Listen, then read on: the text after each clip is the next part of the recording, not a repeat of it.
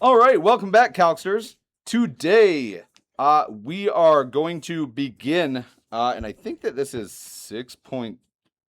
Is that the last section you guys did? I think it's 6.2, but I'll correct this if I'm wrong. 6.2, it's after washers in my head. It could be 6.3. I'll check for you here in a second. Okay, as we're looking, we are looking at volumes, volume from known cross sections. And I'm going to sneak that in like it's almost a vocab, but I'm not going to formally define it since we spoke about that. The picture you would get if you sliced into it and looked at straight down at it. And some of them are easy, but we'll get to those. Volume from known cross sections. So check it out. If we want these, let's say that we have some formula that gives us the area of an arbitrary cross section, which just means that if we're doing squares, I know how to find the area. If we're doing triangles, whatever. So we'll say the following statement. Given, or yeah, we'll say given. Given the formula for any arbitrary, which remind me, because we haven't used that word in quite a while. Arbitrary means what?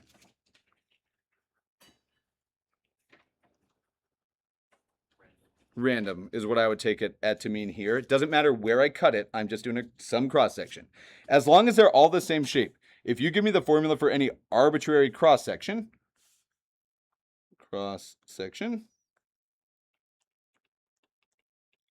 we can find volume.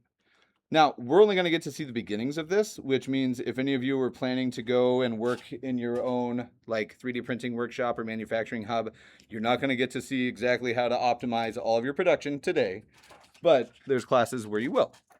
Okay, as we look at this, there's two things that we need to consider. Now, I'm not perfect at drawing, but I'm okay with drawing a little bit of the three-dimensional stuff. If you guys would like it to be on your pages, I can show you how to draw it, but I'm also okay if you don't want it. Let's look. We have two options, and I'm going to draw these ones in pink. Do not write them. We're just going to talk cross-sectiony stuff. Give me a shape that has a reasonable cross-section. We can do a cone or sphere or box or pyramid. Which one do you want to think about? Cones are fastest to draw. Let's draw cones. Okay, if I were to draw a cone here, and again, you do not have to draw this right now, and I can make it three-dimensional by just adding that curve at the bottom and then seeing it behind. If I were to take this cross-section right here, it would look like a circle like this. That's what I would see as I look down. Now, we did not hit it last year in pre-calc because it's kind of one of my least favorite things, but you guys might have done it in algebra 2. What if I got like that? It gives me an oval up here now. And like this is where all these shapes come from. If I were to cut down straight through it like this, am I on the wrong spot? Nope, I'm on the right spot. We'd see a parabola that exists right here on the back side of that, of a cone. Like, and I can't draw in three-dimensional, but this is where all these shapes come from. What are the easy ways to slice it? This one's easy. I would not say an oval is easy. So there's a nice circle. I know the area of it. Oh, Riley says if we do it like this, because we just get these nice parabola areas again. And this one I can probably draw here. It goes up like this and then down like that. That's what it would look like if you were sliced out that side. We could probably find the area of these things. Cross sections, as long as you know the basic one, we're not going to get too crazy with them. But notice, we went one of two ways to make it nice. The diagonal one was not nice. We either did it parallel with the x-axis, so it was perpendicular to the y-axis, or we did it perpendicular to the x-axis. One of those two. Those are the nice cuts. And we're going to separate these into two different cases. Given. So given area, and I'm just going to say area of cross section this one time. Can I use CS for cross section? And I'm going to just put that right here, CS, just because we're going to say that like 50 times today. I've added CS for cross section up top so we don't lose it, and I'm going to use it here. Given a cross section of area. Oh, given area of a cross section. There we go. Weird. And let's say it's A of X. What variable are we in? X. So like when we think about that, plug in an X and get a height Y, would this be perpendicular to the X-axis or the Y-axis? It'd be perpendicular to the X-axis. So if you give me this, and we're just going to specify that, taken perpendicular to x-axis, we have, and then here's our big culminating statement. I'm going to close the door because I hear somebody whistling. Get the steps in.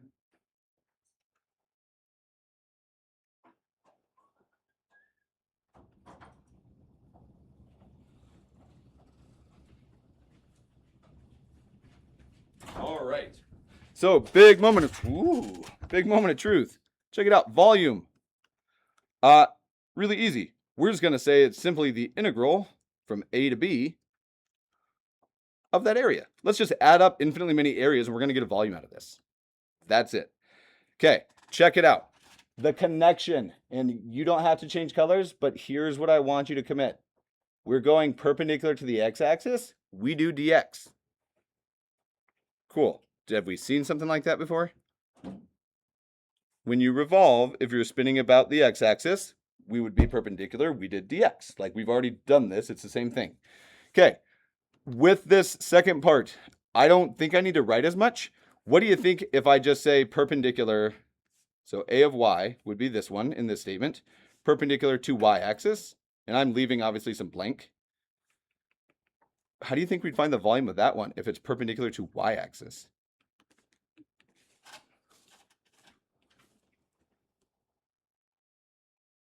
Integral from, I'm going to change, what's the standard that we've been using for y-axis instead of A to B? C to D. And A of y with respect to what? dy. So in either situation, it all comes down to, can we work out what the area of a single cross-section is?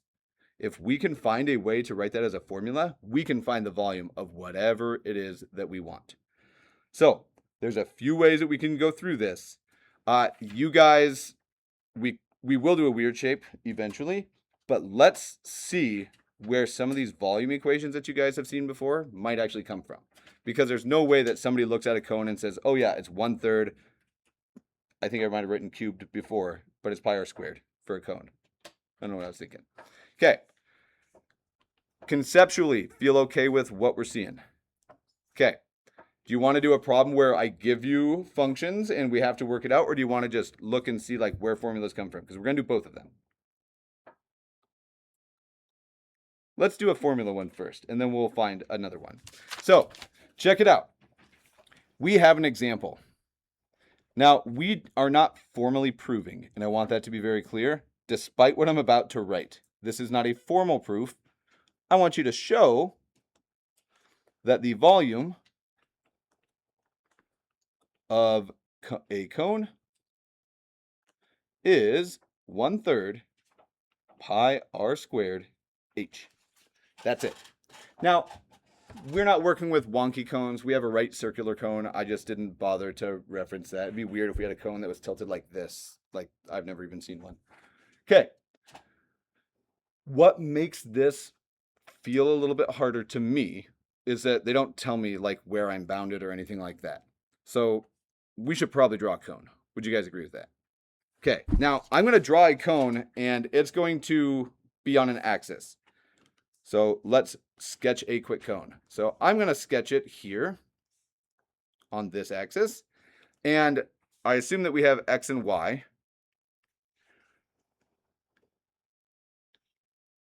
And I need to draw a cone.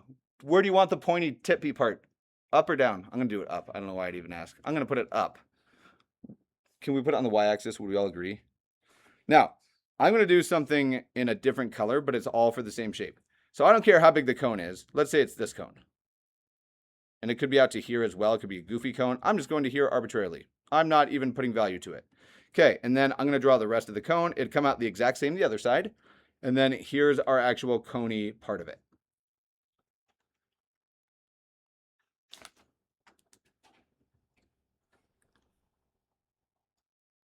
Can everybody see the cone there? Okay. Couple of things that I want to make sure we're cool with. This is very similar to what we were doing yesterday, but if I don't give you the function to find the actual volume of it, we're not going to get the right formula out. So we don't want to work with any particular function. We just want to say, hey, if you give me any cone that has cross sections that are circles, we'll be able to work it out. rather than just this one specific cone, which is what discs in, this would be a disc problem.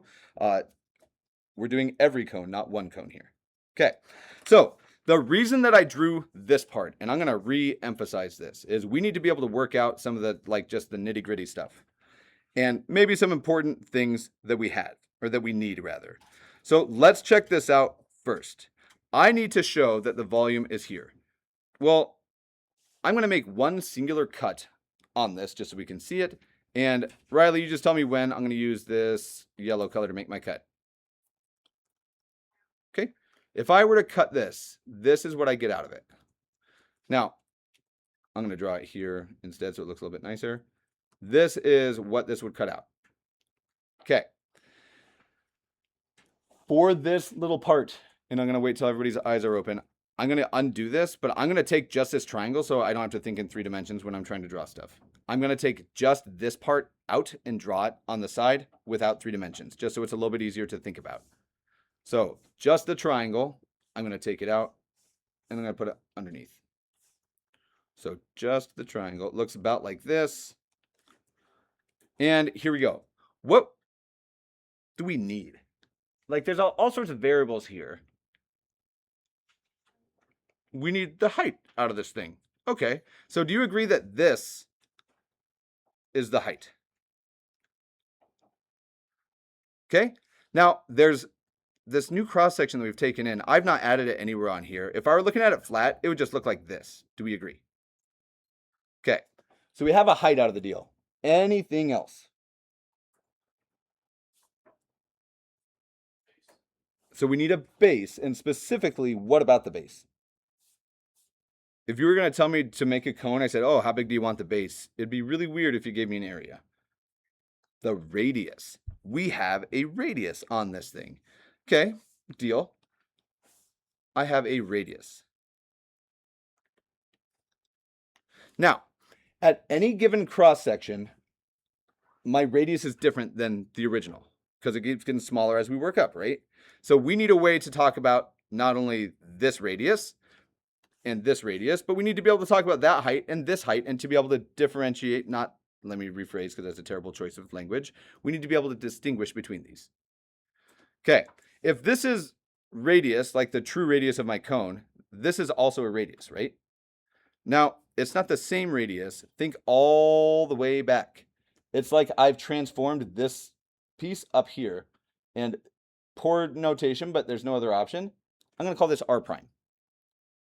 We could call it r sub 2 or r sub 1 if you'd rather. R prime is a pretty standard way to refer to it. Why am I apprehensive about r prime?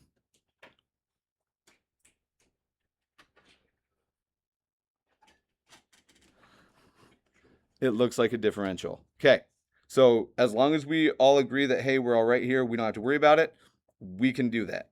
Now, this is some distance high, I imagine. Do we agree with that? And I'm just trying to find another name. I could use h prime, but because this is just a nice x value or a y value, could I also use y equally? Okay. You guys loved geometry or no? Okay, so here's the cool part. There's one more little unit that I want on this, just because we might talk about it. What's this? And I'm going to change color there. What is this? Length. How would we write that? Based on the picture. H minus y. I agree with that. Do you guys all agree with that? H minus y. Okay. Here's our little field trip to geometry. Everything's blending together. Quit it. Okay. Check it out. How many triangles did we draw there? 2. Are they both right triangles? Okay, so whether you mark it or not is entirely up to you. Those are both right triangles. Is this angle right here on both of them? So we have 2 angles on each of these that are guaranteed to be the same. There's something special about these triangles. If all the angles are the same, they have to be the same shape, right? But they're different sizes. If only there were a word for that. These triangles are similar. Anybody remember the shorthand for similar? It's a tilde is all it is. Okay. Because these triangles are similar, it means that we have a nice way to maybe rewrite stuff.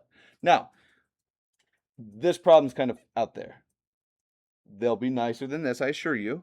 But as we're looking at this, I think it's easy on a hard problem where we're trying to make sense to lose track of what we're after. What am I even doing? And why would I even do all of this, I guess?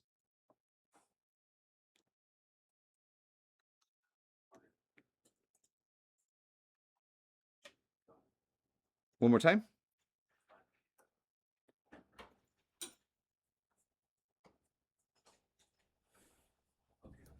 Okay, so no, and that's okay. Like, and that's kind of what I'm expecting, to be honest. Let's go back and let's just try to make sense. I'm finding the volume of this, right? Is my cross section, which here it is this drawn perpendicular to the x-axis or the y-axis? Which one does it form a 90-degree angle with? Y-axis. So if I tried to do the integral, I would have to go the integral from 0 to, how high up do we go? H of A of what goes inside here? Perpendicular to y-axis.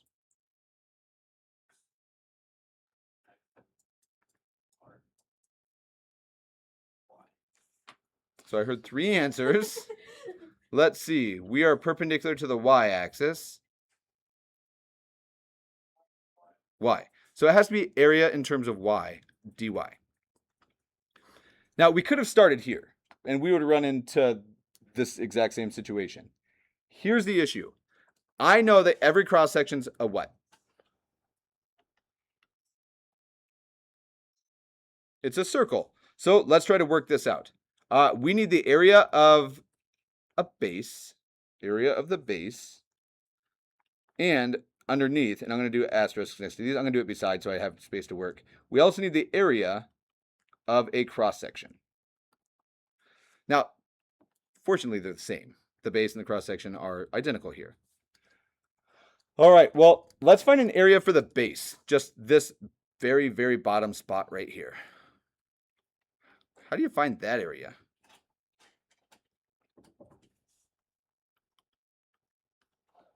Okay, so pi r squared. Thank you, Fern. Deal. Let's do this one. Now, you're going to be tempted to just use pi r squared. And if we don't use that, you're going to be tempted to try something else. What's the next natural thought? And maybe it doesn't feel that natural. Talk with your neighbors. What do you want me to write for the area of this cross section? Pi r prime squared is a natural thought. Do you guys agree?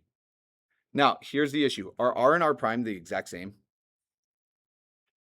So if I start trying to do this singular cross section, then I would run into issues with r's and r squareds. And I don't want to run into issues with r's and r squareds. R's and r primes, I'm sorry. Because they're not the same variable, just the same letter. Because we want radius. There's going to be an issue because we have multiple variables. So we need a way to fix that. If only there was some way to fix that. What does it mean if triangles are similar?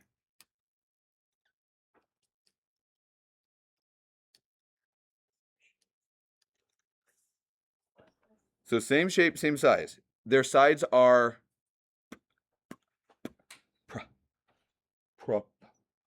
proportional. Okay, I want you guys to do me a favor. It's the r prime that I don't like here, right? You guys, you can get up and do this on the boards if you want, because you can do it in your notes if you want, but I want you physically like talking and such. I want you to do me a favor, find r prime using this similarity. We're going to pause it, and you guys are going to go back to geometry for a minute. Proportional parts. If I'm looking at this triangle, and I could name it, and we could do a similarity statement if you guys want to do all that stuff, but I think that I like how Riley wanted to start. If I take r prime over r, that's base to base. That better be the height of this to the height of this. Little to big. We're doing the same way. What's the height of the little triangle that has r prime as its radius? H minus y. I'm going to put parentheses because there's something coming, I imagine. Over, what's the whole height? H. Can we solve this for r prime? Okay, so do you want me to put it in the front or behind? Okay, r times h minus y over h. And now, in this situation, I don't really have to worry about this changing because is there anything in here that does change? If you give me any particular y value that you want me to plug in, this is going to spit out what r prime is at that point, and it's going to change it constantly. This is what's going to allow me to use this formula where I don't have to worry about r prime being weird. So this one, I'm going to keep this r prime. I'm going to put it in parentheses so we don't get goofed up. I'll make it more look like an apostrophe. R prime squared. That's how you find the area of any cross section. But we just found that it was what? A of y equals pi. And what was r prime? R and h minus y all over h. And that gets squared. Now, we have to integrate this here in a moment, and we're going to. Do you want to integrate it now, or do you want to clean it up and do a little bit of algebra before we make the calculus awful?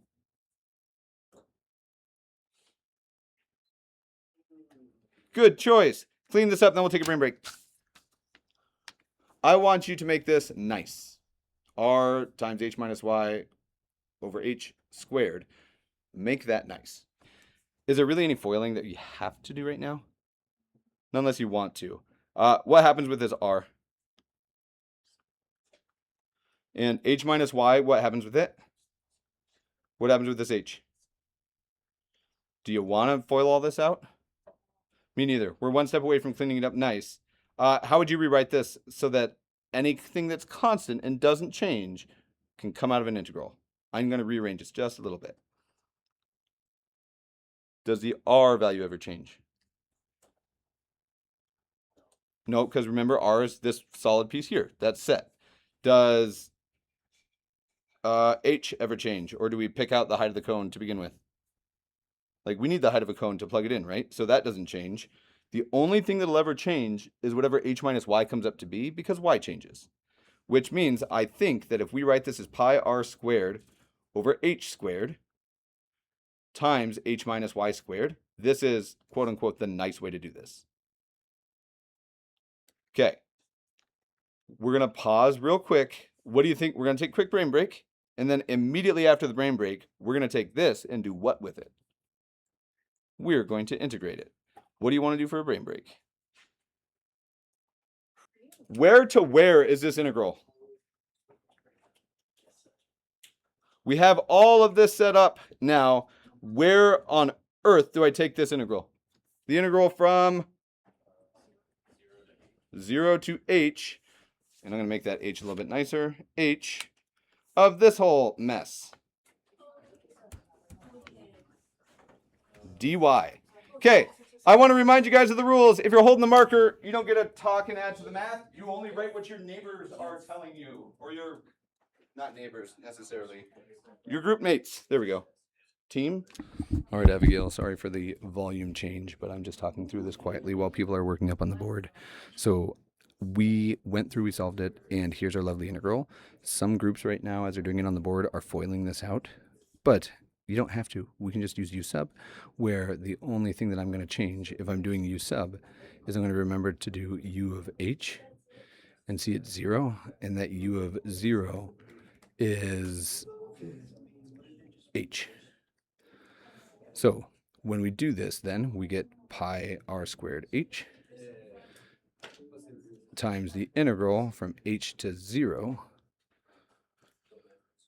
of u squared, and then a negative du, but I'm going to put du here and move the negative up front. And then the volume is going to get much louder because I'm going to talk it as a whole group. Easy to mess up is if you change it to u, just change your bounds. It's easier. This negative comes out, negative pi r squared h. The integral, if I change the bounds, they become h to 0, as I demonstrated here, of u squared du. Is this a hard integral anymore? No. Well, let's just see what it is. We have negative pi r squared h. And then what's the integral of u squared? So check it out. Here's u cubed, but the 3 is going to pull out. I'm just going to put it to both of them. So I pulled out the constant multiple. And then this is just h to 0. if you finish this, well, gosh, doesn't it look like we're going to get 1/3 pi r squared h? Looks like we're going to get stuff out of here. I want you guys to finish this problem tomorrow. Bring your homework, because we didn't check it today. I completely forgot about it. Cool. I want you to finish this. You guys can finish it your way. It's going to work out.